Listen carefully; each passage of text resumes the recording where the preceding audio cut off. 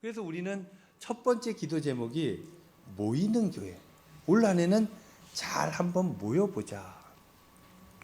이게 우리 첫 번째 기도 제목이에요. 담임 목사는요, 한 해의 10월 달이 되면 그때부터 마음이 복잡합니다.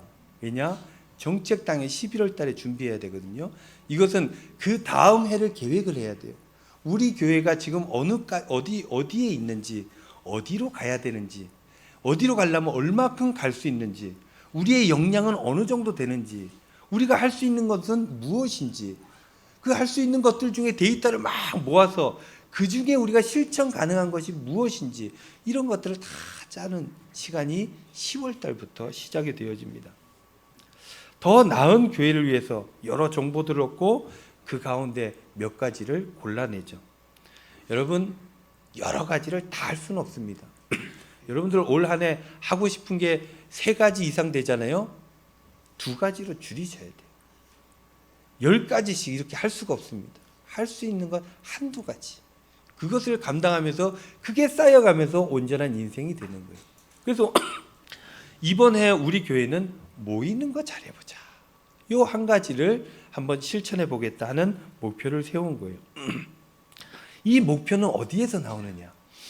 모든 교회들의 목표는 바로 초대교회에서 나옵니다. 초대교회 같은 교회가 이 땅에 있느냐? 없어요.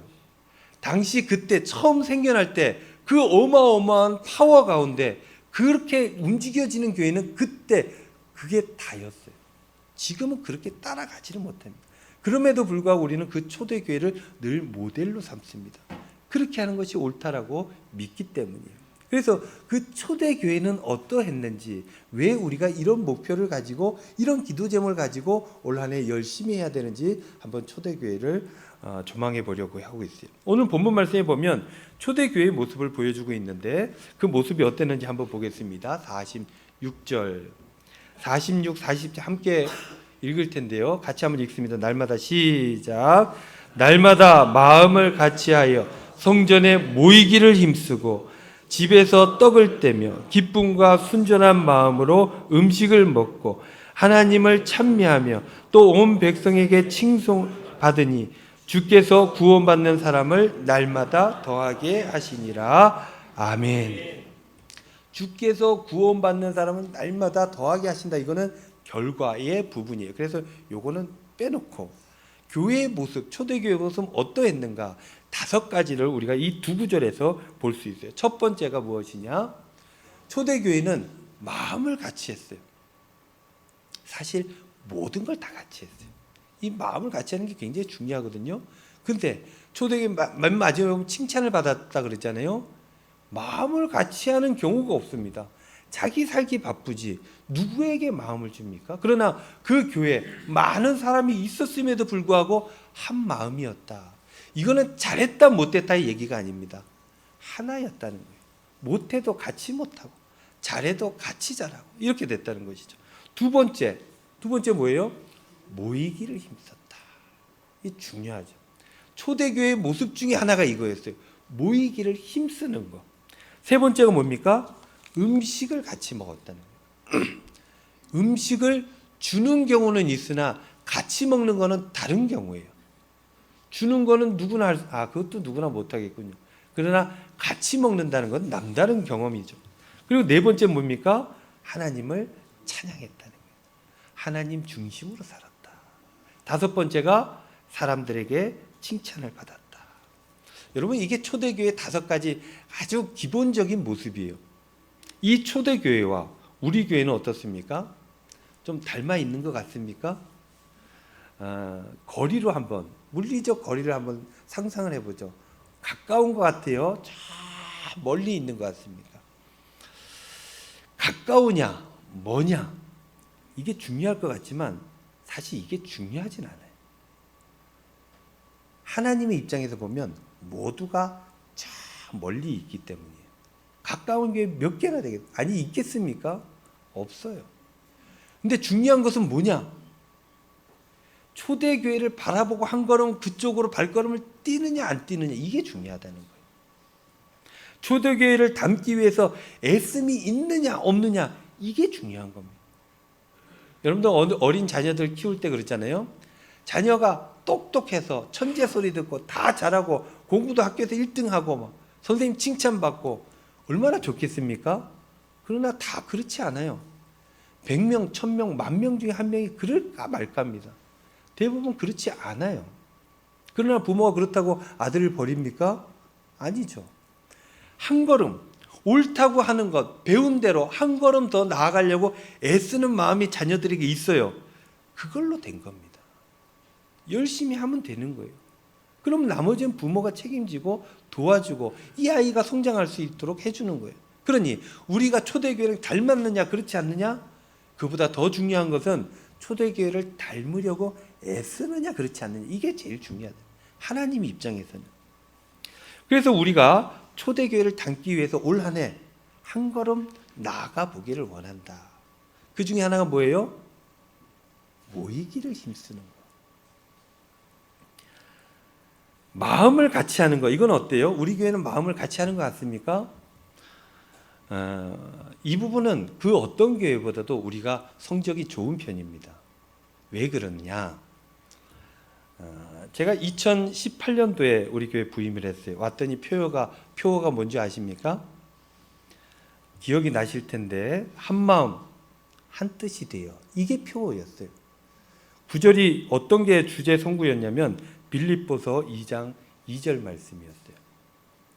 마음을 같이하여 같은 사랑을 가지고 뜻을 합하여 한 마음을 품어 나의 기쁨을 충만하게 하라. 이게 주보에 이렇게 써져 있어요. 이때가 언제입니까? 2017년 교회가 이제 합병을 했잖아요. 여러분 이게 사실상 굉장히 어려운 일이거든요. 이게 성공하는 사례가 없어요. 우리 교단 내에 우리 노회에도 잘 없습니다. 모이는 시도는 많아요. 합병의 시도는 많으나 잔존하는 확률이 굉장히 떨어집니다. 왜냐하면 하나 되지를 못해요. 부부도 하나가 잘 안 되는데 교회가 하나가 되겠습니까? 안 되죠. 싸우다가 끝나는 거예요. 원래 싸우다가 티격태격 다투고. 그런데 우리 교회는 2017년 합병한 이후에 2018년부터 이런 마음을 가지고 굉장히 애를 썼다는 거예요. 그 중간에 난리도 있고 싸우기도 하고 문제도 있고 왜 없었겠습니까? 그러나 그 가운데 애를 씀이 있었다.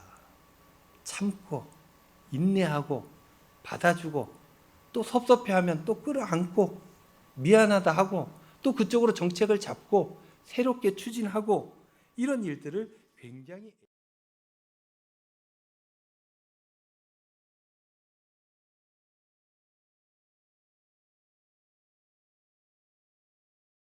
교회 중에 한 교회가 우리 교회다라는 거예요. 물론 열심히 하시는 분들이 있어요. 그분들이 있기 때문에 우리 교회가 든든하게 서가는 거예요. 여러분 조직에서 20%가 흔들리지 않으면 100%의 조직이 움직인다는 이론이 있지 않습니까? 그 20%의 사람은 분명히 있습니다. 그러나 그 외의 분들이 너무 자유롭다라는 거예요. 여러분 집안 행사가 있어요. 그럼 주일 예배 드리고 갑니까? 그냥 갑니까? 드려야죠. 이렇게 얘기하는 게 정직한 겁니다. 드려야죠. 우리 김성철 집사님 빠질 수가 없군요. 지휘해야 되니까. 훌륭한, 이게 사명이 있는 자가 올바르게 사는 겁니다. 근데 많은 분들이 제가 단언컨대 50% 이상이 자유롭습니다. 주일 예배를 두 번째 우선순위로 놓는 것에 굉장히 자유롭습니다. 그렇다고 지옥 가느냐? 아니요. 절대 그렇지 않습니다. 우리 하나님은 그런 하나님이 아니에요. 그러나 그런 교인들이 많으면 교회가 힘을 쓰지는 못해요. 개인에게 주신 사명이 있지만 교회에 주신 사명이 분명히 있는 거예요. 우리 대구 은광교회가 감당해야 될 일이 있어요. 그 일이 우리 교회만의 독특한 사명이 있습니다. 그러기 위해서 이 자리에 있는 거예요. 그 일들을 감당해야 되는데 모이기를 힘쓰지 않는다? 안 되는 겁니다. 겨우 개인 신앙생활 하고 있는 거예요.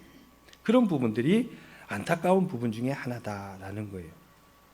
예배를 위해서 내 시간을 내야 돼요. 이걸 거룩한 허비라고 얘기를 해요.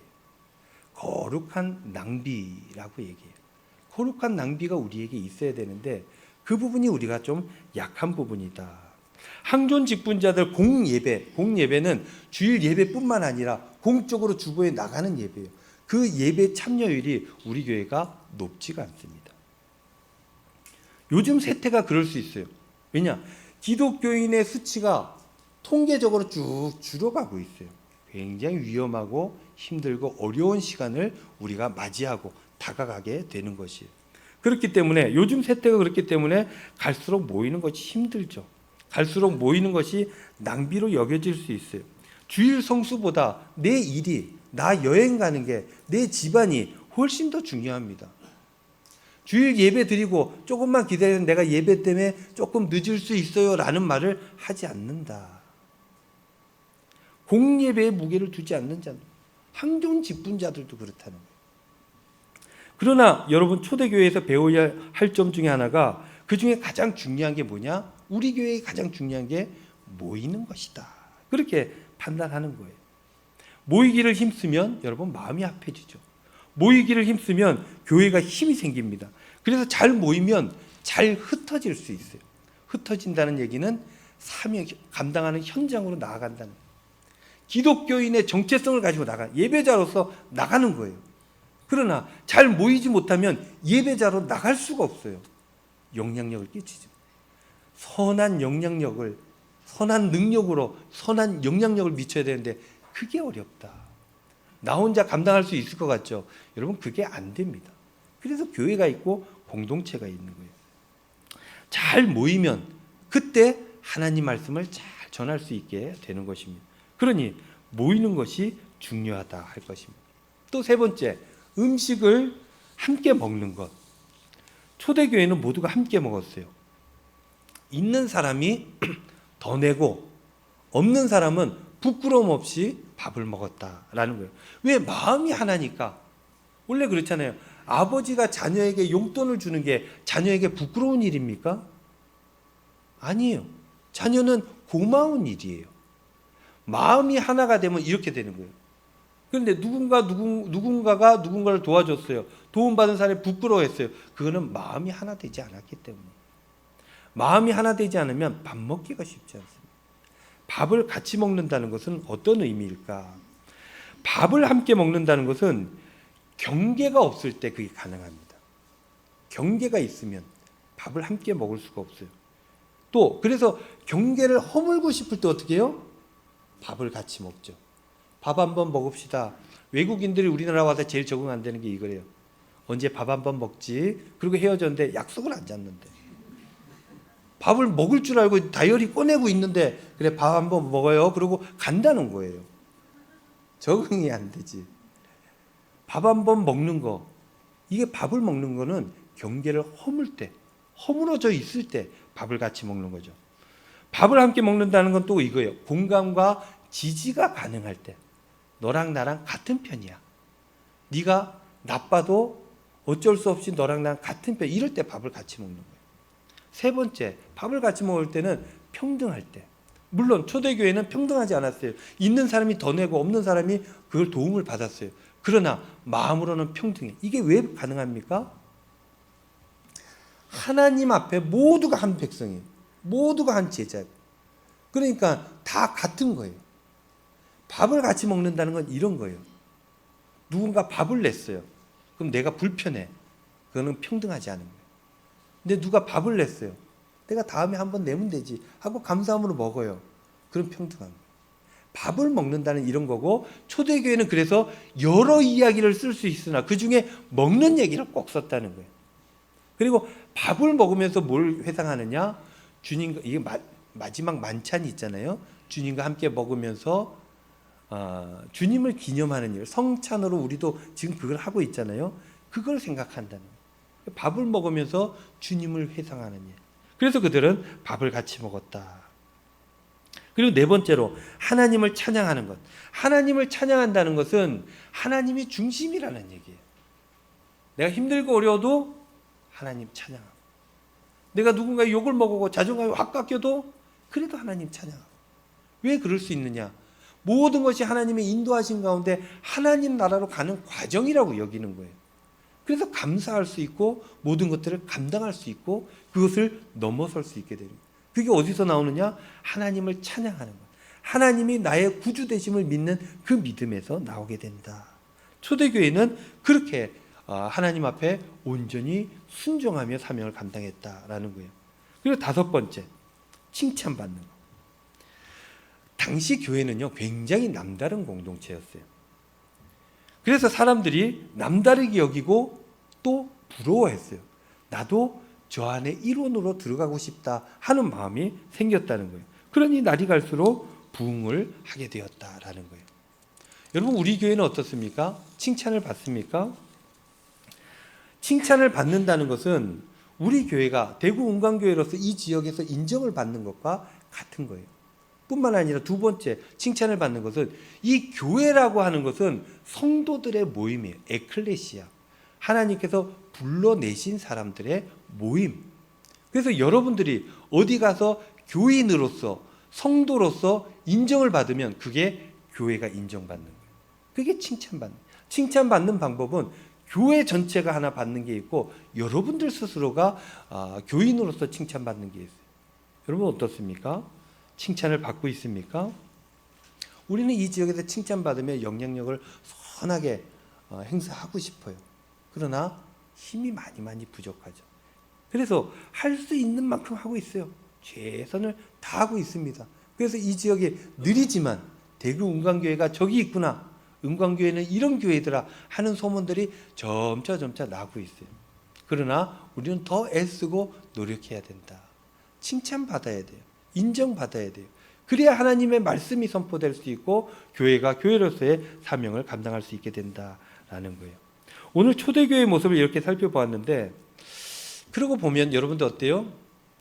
여러분들 예배 때 이렇게 좀 웅성웅성할 때도 있고 좀 그런데 지금은 아무도 움직이지도 않아요.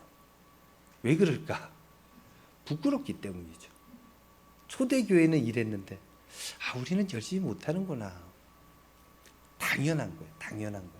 모든 교회 성도들이 다 똑같이 느끼는 거예요. 그리고 안 느끼는 게 문제지 느끼는 건 감사한 거예요. 그래서 올해 좀 덜 부끄럽도록 5가지를 다 잘하고 싶으나 한 가지만 잘해보자라는 거예요. 한 가지. 그게 뭡니까? 잘 모이는 거. 공예배를 위해서 잘 모이고 자치기관, 구역에서 또 잘 모이고 어떤 방법으로든지 할 수 있는 대로 소통하고 모이고 마음을 나누고 하나 되고 이런 거 해야 된다는 거예요. 처음부터 잘 되겠습니까? 안 되죠. 처음부터 한 방에 되는 일은 세상에 아무것도 없습니다. 그래서 한 걸음 한 걸음 나아가야 돼요. 그걸 돕기 위해서 교회가 당회에서 여러 가지 이벤트를 준비했어요. 원래는요, 안 하던 거 해보려고요. 무엇을 위해서 하느냐? 성도님들이 재밌으라고. 재밌어야 모이지 않겠습니까? 재밌게 신앙생활 할 수 있도록. 그래서 먼저 수고하시는 우리 구역 지도자들 수련회를 가볼까 합니다. 수련회 준비했어요. 그리고 한 장로님이 건의하셨는데 국내 성지순례 이런 거 합시다. 다니면서 보고 교제도 나누고 밥도 나눠 먹고 그렇게 하는 거 합시다. 그래서 국내 성지순례 이것도 준비를 해요. 근래 허리띠 졸라맨다고 못 갔던 전교인 소풍 그것도 한번 해보고, 연말에는 우리가 또 필리핀, 러시아 뭐 여러 군데 베트남 선교하고 그랬지 않습니까? 그 중에 주력했던 곳이 필리핀이에요. 필리핀에도 연말에 한번 가보고, 지난번에 주보에 여러분들 읽어보셨나 모르겠어요. 강상수 선교사님이 선교 편지를 보내줘가지고 주보에 올렸지 않습니까? 그 중에 저한테 개인적으로 카톡으로 연락이 왔어요. 은광교회에서 도와주셔서 한 가족이 온전하게 서고 있습니다. 오토바이도 보내주신 분이 있고 또 결혼하는데 힘을 써주신 분도 있고 여러분들이 개인적으로 그렇게 하고 있어요. 그래서 고맙다고 꼭 목사님 전해주십시오 그랬어요. 그 현장 거기에 한번 가볼 거예요. 가보고 그 이야기들 또 함께 나누고 그래가지고 교회가 좀 재미있고 여러 가지 사역 감당함에 즐거움이 있도록 준비를 하고 있습니다. 그 가운데 올해 잘 준비해서 내년에는 준비하다가 중지된 성지순례도 이스라엘 요즘 괜찮습니까? 이란이 날리기는 하던데 이스라엘이 그 땅이 평안하도록 여러분들 기도해 주세요. 평안해야 우리가 내년에 또 가보지 않겠습니까? 물론 신청자들에 의해서 할 거예요. 모두가 참여하게 강요하지. 왜냐하면 우리는 잘 안 모이는 교회이기 때문에 담임 목사가 강요할 수가 없어요. 강요하면 신경질을 내시기 때문에. 그래서 참여자들을 받아서 이 모이는 일에 즐거우면 옆에 살이 좀 더 붙겠죠. 그래서 재미있게 신앙생활 할 수 있도록 준비를 하고 있는 거예요. 왜 이렇게 결정을 했냐? 준비를 하다 보니까 연말에 이런 책들이 매년 나와요. 한국교회 트렌드 2026.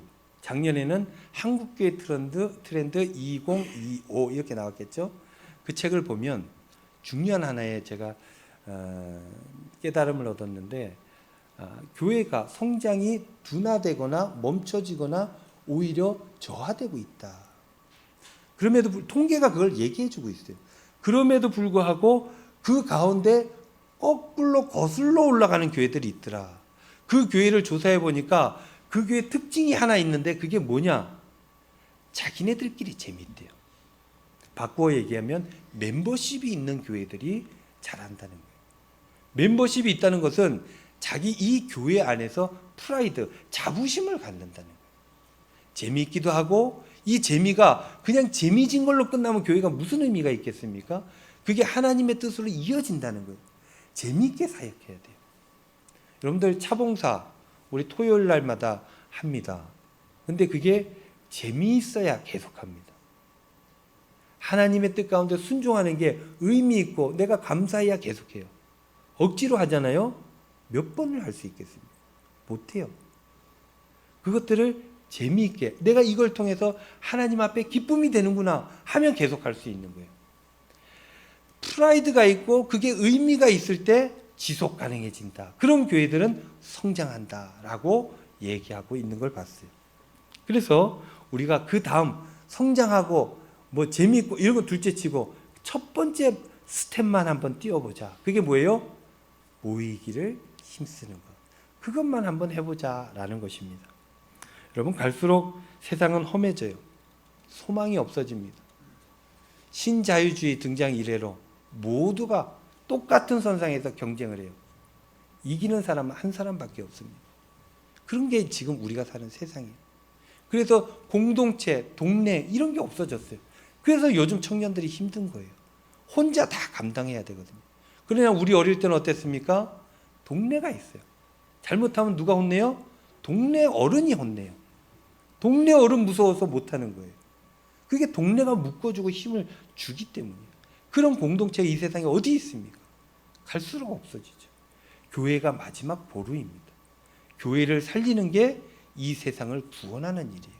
하나님의 뜻에 순종하는 게 하나님의 역사 가운데 동참하는 길입니다. 그래서 여러분들 뭐부터 하자? 모이기부터 하자. 모이기를 힘쓰는 여러분들 되시기를 바랍니다. 잘 안 돼요. 그러나 애쓰면 한 걸음은 나갈 수 있습니다. 그 한 걸음이 전체가 모여지면 100걸음이 되는 거예요. 그러면 역사가 나타납니다. 역사가 이루어지는 것입니다. 하나님의 영광을 위해서 올 한 해 한 걸음만 나아가 보시는 저와 여러분들 다 되시기를 우리 주님의 이름으로 축원드립니다. 기도하겠습니다.